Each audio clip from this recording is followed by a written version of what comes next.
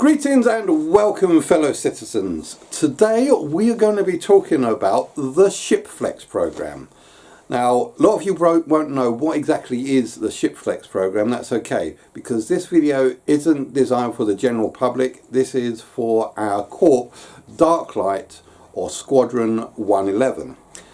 So, as this is a Corp-based video, I am going to start off with one of our Corp-based promotional videos as the intro. So without further ado, let's get that intro sequence underway.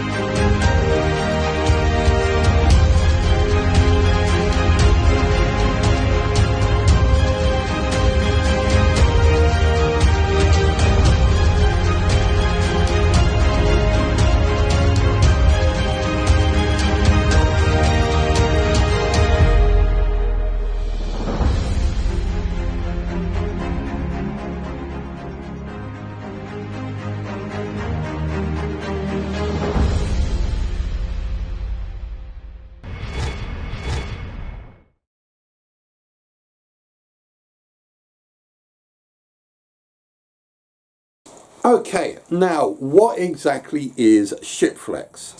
Now, to understand the basis of what ShipFlex is, we're going to have a look at its origin, how it got started.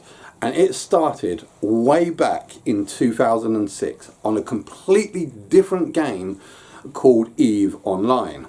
Now, in EVE Online, I was trying to build up a nice little corp of people, a nice friendly little corp where people can just come in, have some fun, chat, socialise, and do what they want with a supportive group of people behind them, helping them push themselves and raise them up with some good friends and good activities along the way. However, it didn't quite work, simply because in that game, if your ship gets destroyed, you lose it. You lost it for good. And once someone's main source of income, their bounty hunting ship or their mining vessel got blown up, they had to use like the next best thing or go back to a starter ship until they can actually build up their finances again. Now, as the Corp leader, I didn't want my fellow Corp members or fellow friends missing out on anything. So how could I actually get them back up onto their feet? As well as like the new members coming in, people that are starting off, they're just scratch, they don't know what's going on, they're trying this out and they're trying that out, and they want to do something, but they don't have the funds without hours and hours and hours of grinding to be able to get a ship capable of doing what they want, and they needed help to be able to try and get themselves up there. And as a corp leader, I wanted them to get that up there. I wanted the people to have good, strong ships. I want people to have ships they wanted to be able to actually do the roles or the jobs that they wanted to do. Because if I had strong people in my corp, strong, happy people, that makes a strong, happy corp. The stronger the people, the stronger the corp is. As that is my mantra, the corp is made up of the sum of its parts. And if you make your people good, if you make your people happy, the corp is a good corp and it's a happy corp. So how do I get these people back up on their feet? And I came up with the idea of what was at that time called the Ship Replacement Program. Now, the corp itself did have a fairly good amount of accounting. So therefore there was a bank account where money came in from different venues and different ventures. But also they had lots of scrap or minerals that all came in and went into a particular hangar, which got scrapped and converted into cash.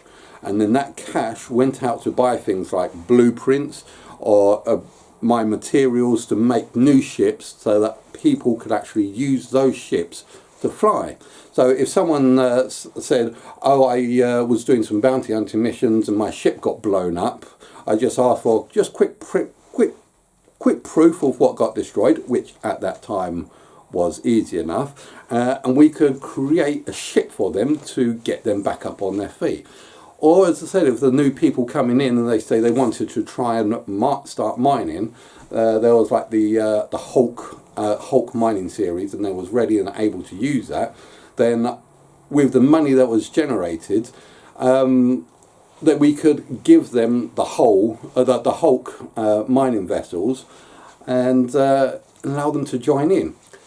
But how did we get that money? How did we get that money to come in? Now, by doing corporate-based missions. Now, these corporate-based missions is more or less, it was a fun event that we did once a week that anyone can join. You didn't have to join in, but if you wanted to, you're more than welcome to join in. And the more people that joined in, the more money that was generated. So you could either have done like bounty hunting missions where the income of the bounty hunting missions went into the main pot, the main bank account, or if you was doing mining missions, all of the ore that got mined, because you needed people to mine, people to transport the ore from the ship's mining back to the station, and then you needed people to actually refine it, and all that ore got condensed down and refined and converted into cash or building materials, which we used to create ships. And those ships was then handed out to people who needed it. So, like I said, people who wanted mining ships, people who wanted bounty hunting ships, people who wanted trading ships. So that's kind of how that we kind of got into it, because the amount of the corporate missions, although there doesn't seem to be much in the return to the end users, it was more of a social get-together, because we all enjoyed getting along, having fun, just enjoying the time out, with the goal of boosting up the corporate's account. And it worked really well. There was also in there that we had a trash hangar, which basically anything that people didn't want, they just throw it into the hangar, and at the end of the week it all gets scrapped and converted into cash.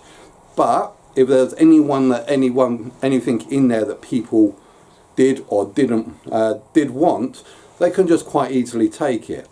And if someone just say, oh, I'm taking the entire lot just before scrapping, then fine, good on them. If they can use it, they can take it, they can have it. It's just a week's worth of scrap to everyone else. It can be converted into cash, or if someone can use that rubbish or that junk, then great. Then they can use it to improve themselves, to improve their finances. Because as I said, it doesn't matter who it is. If a person is happy and they're getting what they need out of the corp, then the corp is happy. And like I said, that's up for anyone if anyone wanted it.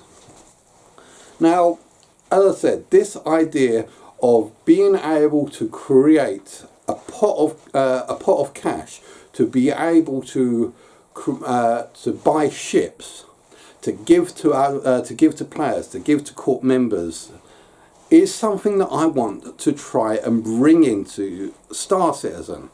Such as, like I said, if we got people that want to have, say, I want a caterpillar because I want to do trading missions, but I just don't have the funds and it's just going to take too long. Okay, I want to be able to give you a caterpillar. Or let's say you want to start on mining and you really can't get to grips with the rental of the prospector because you can't change mining heads. The renting prospector is totally useless, and I want to get a proper prospector so I can put on decent heads onto it, but a prospector is just too damned expensive. I want to give you that prospector so that you can actually take out and mine. And also, if you want, you can, this also benefits us in the Corp as well, because if you have these ships, if you have like these mining ships, if you have these trading ships, if you have these fighters, bounty hunting ships, or whatever, if you have these ships, that helps the Corp in general, because when we come up to do corporate missions together, you've got a lot more that you can bring to the table.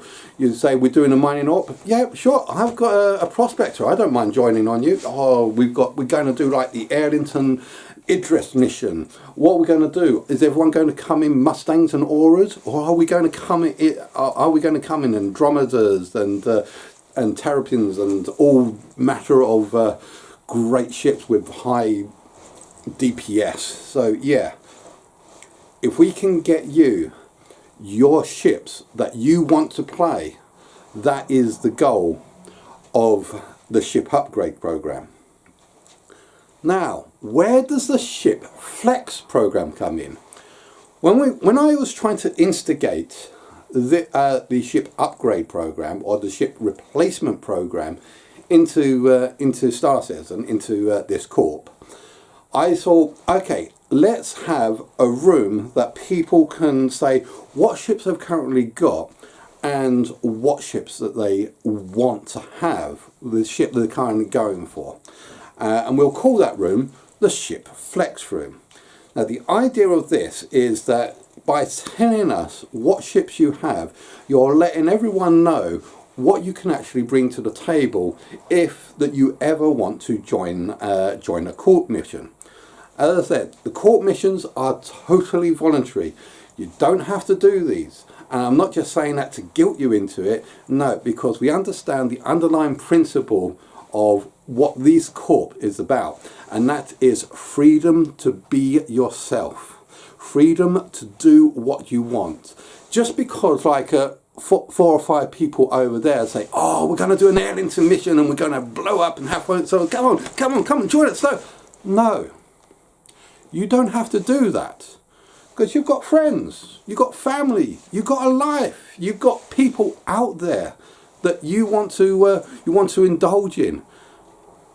But if you are around and you want something to do, and we just happen to be doing a Corp mission where we're going to be gathering all available members and blowing up some major institution or trying to jailbreak someone out of prison, then come on. Join the party. Let's have some fun. But yeah, now, as I was saying, the Ship Flex program is actually just showing us what you can bring to the table, letting us know what do you have. Do you have like do you have a tally in your hangar, or do you have an 890 jump, or do you have or do you have like a prospect to help on with like mining operations? Yes, but also it's also letting us know what you want in a future ship, such as, okay, you're really trying to gear up to get an Andromeda because you think that having an Andromeda will allow you to do bounty hunting missions solo much easier in the future, and so that's there, fine. So yeah, it lets us know that you've got what you want and what you are trying to achieve via that part of the Ship Flex program. Now, here comes the part where how we are going to dish out the ships. So let's just say we've done a corporate, we've done a mission, like it's our 4th or 5th mission, and the pot of money or the cash, because at the moment finances hasn't been introduced into Star Citizen yet. So we're going to vote for one person who is trusted enough to hold a pot, and that pot will become visible for everyone. It will be at the end of each corporate mission. You will know how much money is generated from that, and what is going into the pot. If there's any distribution of funds across everyone else, such as like in, well, we'll get to that part later. But if there's any distribution of funds, what's going out, and what the current pot value is. So let's say the pot value gets to like 2 million. Okay, and then we come to the week and we decide, okay, let's spend the pot.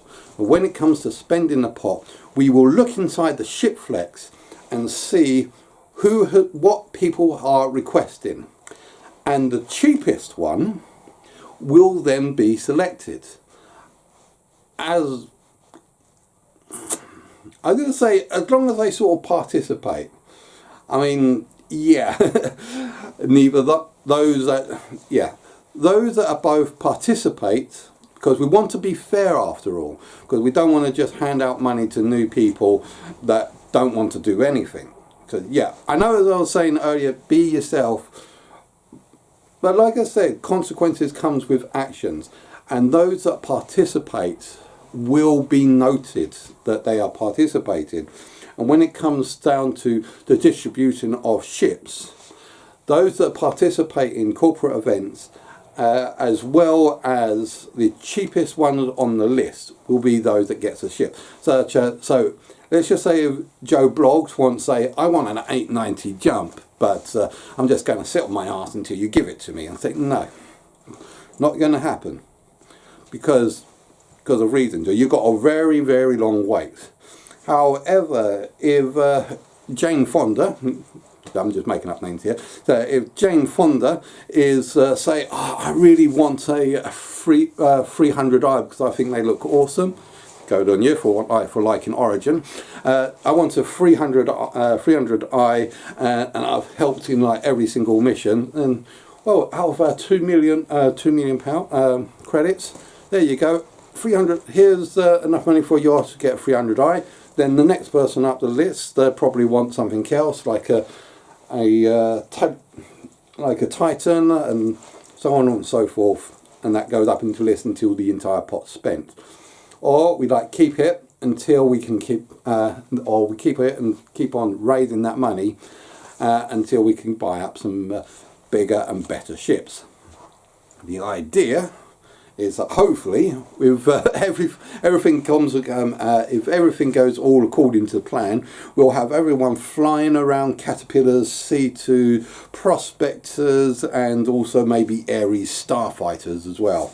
But you never know. We'll see what happens, and hopefully that's what we're going to be able to introduce into this game. Now, finally, methods of making money for the pot, or corporate events as I would like to call it. Now, the corporate events, there's going to be several different type of corporate events. If you come up with any ideas, please let us know. We're always looking forward to new ideas. Now, we have got mining operations, we've got group bounty hunting missions, and also we've got trading. Now, for the mining operations, we'll have like one main person that has a mole, and what they'll do is they'll get as many people as possible to cram in to man the lasers. Maybe someone flying around looking out for some decent quality, or just go and mine and deliver to refineries, mine and deliver to refinery, mine and deliver to refineries, to try and get as much minerals as possible. Now, there could be a way of distributing the wealth around here if needed. Depends. It will be made up. It will be determined on the spot if they want to either distribute the wealth or if they want to put it all to the pot. But that will be up to whoever's leading or doing these groups at the time through group votes. So if it's distributing the wealth, I recommend that when you are going to refine, before you refine, have a look at the sales of the current ore. And the sales of the current ore, you'll just split between everyone. And then when you go and refine it, put it on the maximum length, the one that does the most outcome, but will take the longest amount of time, because it could take a couple of days to refine an entire mole full of quantanium or whatever ore you've got in there. But once that's so look at how much is in the store for the ore that you've got, and then put it through to the refiner after distributing out that amount out to everyone equally. But then once you've finished refining, you will notice that value will either double or triple depending on where you go on how you're refining, and then take that amount, then transport that to wherever you want to sell off. You might want to bring in a couple of fighters just to look after you, make sure that no one tries to steal your cargo as you're flying around. But I do recommend, when you're transporting loads of refined materials from one place to another, is that you're shh about it, because you don't know who. We might have a mole flying the mole. Who knows? We might have a mole that leak out information about our trading, and we'll send in pirates to come and capture your ship. So you might want fighters. Be shh about it, but try and hire fighters to protect you as well. And then once you've traded all of that money is then gone into the pot, and then say that, look, we've just made this money through mining, refining and trading. Yeah, cool. Next mission I would recommend is bounty hunting missions. So let's just say we've got everyone all crammed into a hammerhead, and then we just spam all like the bounty hunting missions. And the bounty hunting missions goes to one person that puts that money into the pot, and everyone else, or all those that are on the gunners or on the turrets, are taking in call to arms, so they could get a little bit of every single ship they've got in, they shoot down. So let's say if you go to start playing, let's see, claim jumpers. So if you start going to claim jumpers, you're like you're fighting fighters left, right and centre, each one like 500, 1000, 1500,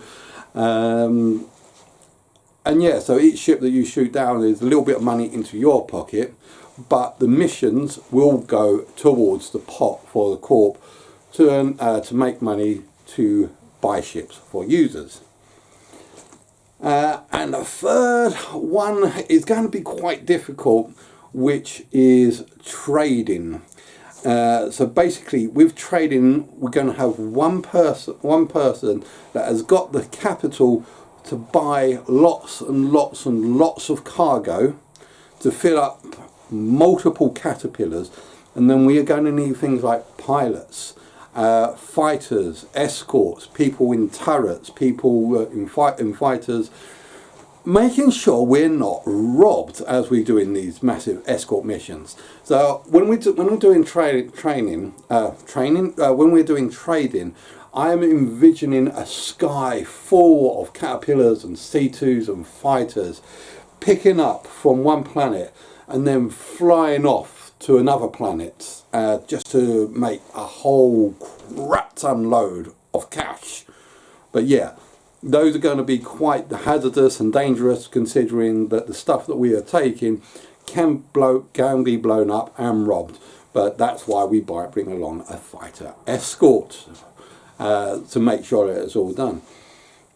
And like I said, doesn't need some sort of like sound interesting. Imagine a group on the planet just all taking off at once and flying into the stars as a nice convoy, being attacked by pirates left, right, and centre, and defending your precious cargo to the death. And yeah, it sounds actually quite cool, and I'm quite looking forward to the times when we can do proper full trading missions. And like I said, the profit of which goes into the pot. Now, the roundup is, this is kind of like the ideas that I really wanted to instigate here into Star Citizen, a way of creating a sort of fund that we can use to upgrade people's ships, so that people can start getting better ships, so that people can actually enjoy the game more than just having a simple starter ship. Because we don't want people just flying around in Mustangs or Auroras, or maybe even like a Titan or Cutty Black, just because those are the cheapest things on the market most of the time. But yeah, we want people to be able to enjoy themselves, and Star Citizen is all about the ships, and we in the Corp are all about you, and we want you to enjoy the large, wide range of ships that is available in Star Citizen. So that's all the time we've got for today. If you've got any questions, please don't forget to ask. Please do ask. As I said, this is only a concept idea, and one of my main mantras is all things in life must strive, and that's including ideas. So as this thing grows, as it gains popularity, it may change, it may alter, but that would be down to the population in general. I'm giving you the basis of what the ShipFlex program is. What becomes of it is up to you. Thanks very much for watching. Don't forget to like and subscribe, and I'll see you guys out there.